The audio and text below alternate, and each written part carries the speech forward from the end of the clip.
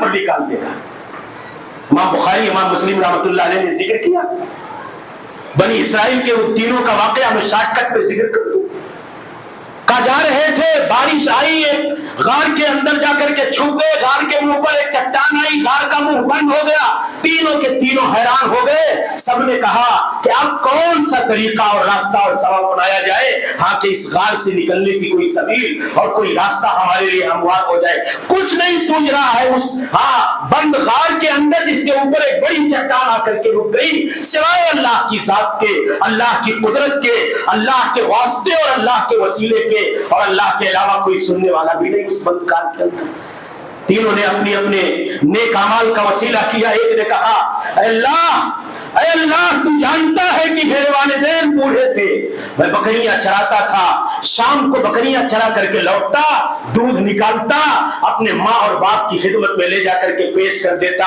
ایک دن ایسا ہوا کہ تھوڑا سا میں تاخیر سے پہنچا، میرے والدین سو گئے ہیں، میں نے بکریوں کے دودھ نکالے اور نکالنے کے بعد جا کر کے والدین کے سرہانے کھڑا ہو گیا، والدین کے سرہانے کھڑا ہو گیا۔ اللہ رب العالمین میرے بچے بھوک کی وجہ سے میرے پاؤں پکڑ پکڑ کر کے روتے رہے، بلکتے رہے، گریہ زاری کرتے رہے، لیکن میں نے اپنی زندگی میں یہ بات مناسب نہیں سمجھی کہ جو میرا معمول تھا کہ پہلے اپنی ماں کی خدمت میں، اپنے باپ کی خدمت میں دودھ پیش کیا کرتا تھا، وہی عمل اختیار کروں گا۔ میں اپنے بچوں کی بھوک کو برداشت کرتا رہا، رونے اور بلکنے کو برداشت کرتا رہا۔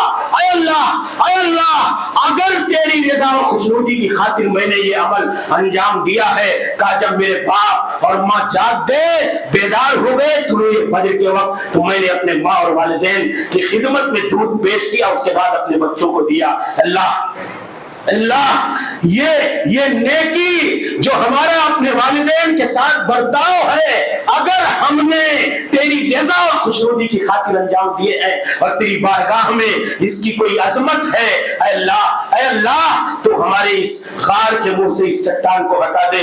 اللہ تعالیٰ نے اس غار کے منہ سے چٹان کو ہٹایا اور کچھ کی انہیں نظر آنے۔ مسائل اور مشکلات سے نکلنے کا ایک راستہ ہے۔ مائی عائشہ صدیقہ رضی اللہ تعالیٰ عنہ کہتی، پیارے رسول کہتے ہیں کہ میں نے خواب میں دیکھا کہ جنت میں ہوں اور جنت میں مجھے قرآن کریم کی تلاوت کی آواز آ رہی ہے۔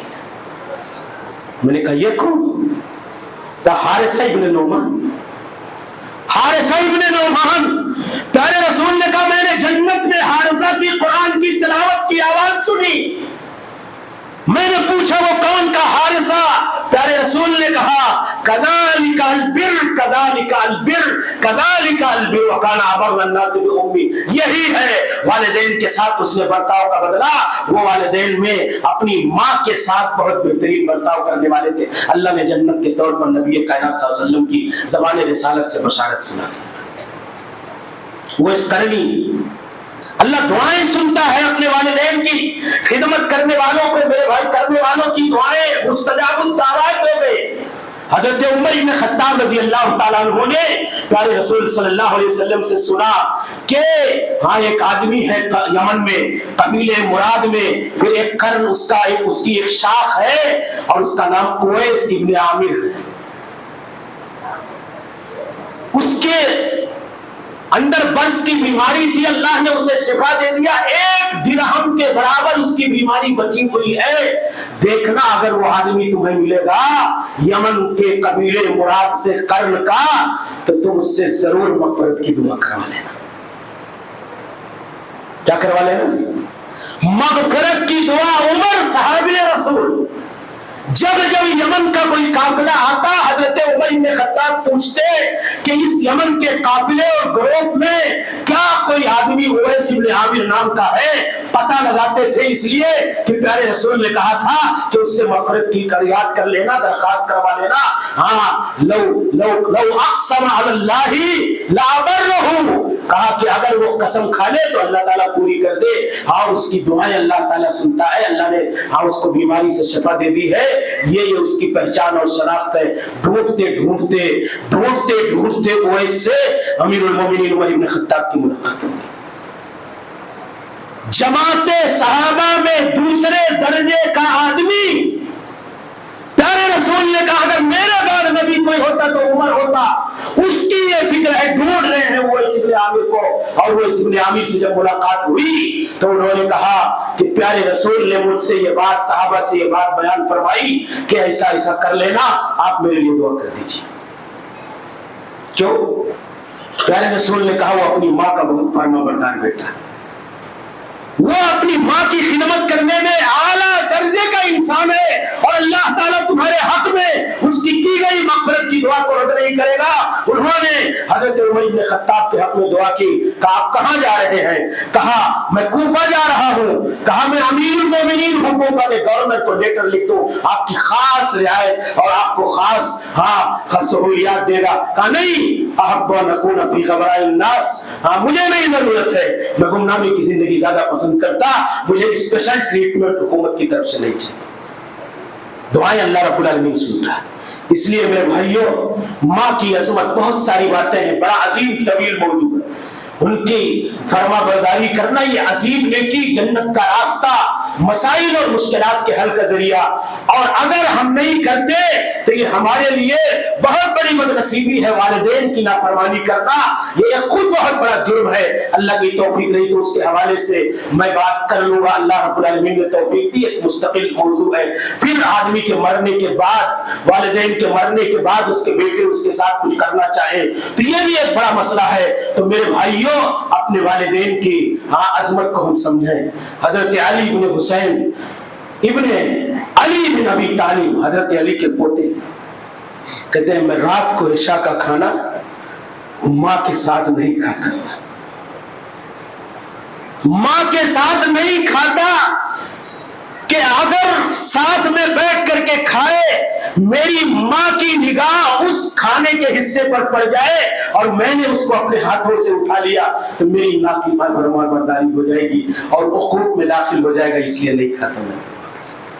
حیوہ ابن شریح محدث تھے, کہتے ہیں کہ بڑے بڑے لوگوں کو تعلیم دیا کرتے تھے, پڑھایا کرتے تھے. ماں کہتی کیا حیوہ, تم مرغیوں کو دانا ڈال کے اپنی طریقہ درس اور تدریس کو چھوڑ کر کے جا کر کے وہ دانا ڈال کر کے آیا کرتے تھے. مامون رشید نے کہا کہ میں نے فضل ابن یحییٰ البرمکی سے اپنے ماں باپ کا فرما بردار نہیں دیکھا.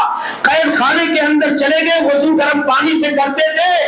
قید خانے کے اندر لکڑیوں کا پانی گرم کرنے کا آپ کا انتظام نہیں.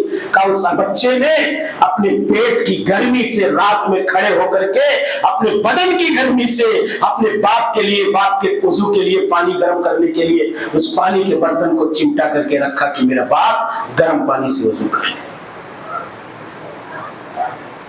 میرے بھائیوں, باتیں بہت ہیں, انشاءاللہ میں دوسرے خطبے میں بھی اسی حوالے سے بات کر لوں گا. اس لیے والدین کی عظمت کو سمجھیں, ان کے تقدس کو سمجھیں, مقام اور مرتبے کو سمجھیں. یہ اللہ کی عبادت کے بعد ایک عظیم نیکی ہے. ان کے ساتھ بہترین رویہ اور ان کی عظمت کو سمجھنا یہ ہمارا دینی واجب ہے, اور یہ ہمارے لیے اللہ کے بعد اس دھرتی پر سب سے بڑے محسن ہیں. اللہ کے بعد سب سے بڑے ہمارے لیے پالنے والے, پرورش کرنے والے اللہ رب اکبر ہے, تو یہ رب اصغر ہے ہمارے لیے. ان کی عظمت کو سمجھو, تقدس کو سمجھو, اور ان کی عظمت اور تقدس کو سمجھ کر کے دینی مزاج و فکر کے ساتھ ان کی طاعت اور فرما برداری ان کے ساتھ اس نے سلوک نیکی اور بھلائی کے طور پر ہم انجام دیں. اللہ تعالیٰ سے دعا ہے کہ ہمارے نوجوانوں کو, ہمارے مسلمان بھائیوں کو اپنے والدین کی عظمت اور ان کے تقدس کو سمجھنے کی توفیق عطا فرمائے. ہم سب کو اللہ کی بندگی کے تقاضوں کے ساتھ ساتھ والدین کے ساتھ حسن برتاؤ, حسن سلوک کی توفیق عطا فرمائے.